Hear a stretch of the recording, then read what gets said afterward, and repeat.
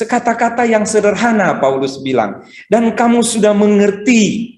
Aku beritakan padamu, sederhana, yaitu Yesus mati dan bangkit.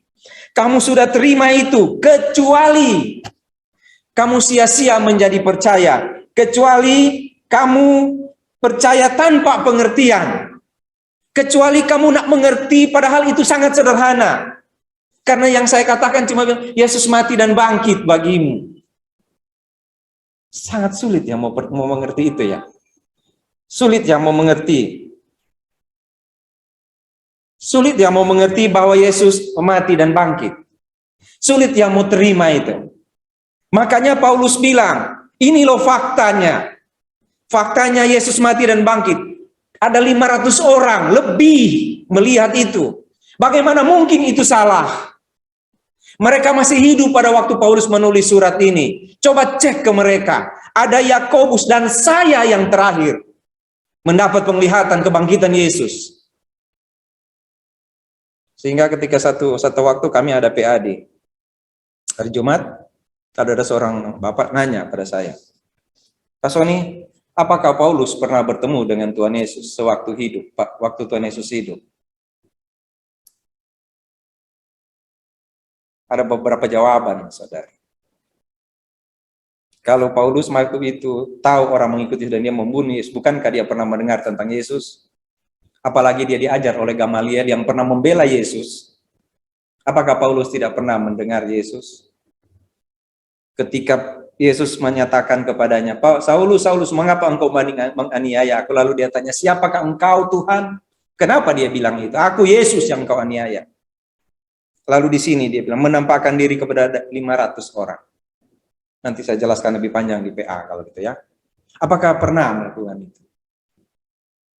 Apakah pernah bertemu dengan Tuhan Yesus? Paulus bilang, aku selanjutnya yang paling akhir dari semuanya itu, dia menampakkan diri kepadaku. Jadi, yang saya beritakan padamu, yang dimaksud dengan kamu harus sungguh-sungguh mengerti adalah bahwa yang saya beritakan ini adalah fakta. Adalah benar bahwa Yesus mati dan bangkit. Nggak cuma cerita. Karena di Korintus itu banyak sekali yang datang akhirnya. Datang mengajarkan sesuatu yang sangat indah. Filsafat. Kata-kata indah. Diajarkan kepada jemaat di Korintus. Sehingga ada beberapa orang di antara mereka yang goyah. Sampai mereka bilang Paulus ini nggak terlalu bagus. Saya tidak mau berada di golongan Paulus. Saya mau berada di golongan orang-orang yang pintar. Kenapa? Karena tidak terlalu enak itu Paulus beritanya. Beritanya cuma bilang begini, kamu percaya Yesus sudah mati dan bangkit. Nggak terlalu enak berita itu. Terlalu simpel, terlalu, masa sih? Coba saudara, coba kita menginjil, kita bicara kepada orang tentang Injil. Kamu percaya nggak Tuhan Yesus sudah mengampuni dosamu? Masa sih? Nggak terlalu, tapi coba kalau kita bilang begini, kalau engkau percaya pada Tuhan, kita harus hidup benar. Kita harus melakukan ini. Kita harus seperti ini. Begitu baik. Kita harus hidup baik. Kenapa kita mesti mengerti bahwa bla bla bla bla bla bla. Dan kita terpesona. Iya ya. Kita diajak ke awan-awan. Kita diajak pada hayalan. Orang Korintus juga diajak untuk menghayal. Bagaimana mereka membayangkan itu?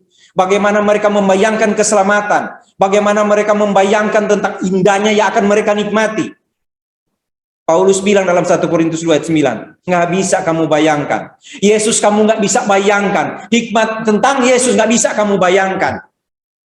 Tidak dapat. Apa yang pernah dilihat oleh mata, didengar telinga, dipikirkan, itu tidak bisa. Sebenarnya cuma sederhana. Yaitu Yesus mati dan bangkit. Pemahaman itulah yang dimaksud dengan hikmat. Pemahaman itulah yang dimaksud dengan kecuali kamu sia-sia percaya. Kecuali kamu tanpa pengertian. Itulah yang dimaksud dengan mengerti seperti itu saja. Makanya dalam teologi kita ada yang disebut sebagai memahami firman Tuhan secara literal, harfiah. Yaitu apa adanya. Apa yang Tuhan katakan seperti itu, ya seperti itu. Sederhana ketika dia bilang, kamu pasti selamat. Percaya seperti itu. Kamu harus melakukan ini. Ya sudah seperti itu. tidak tinggi-tinggi.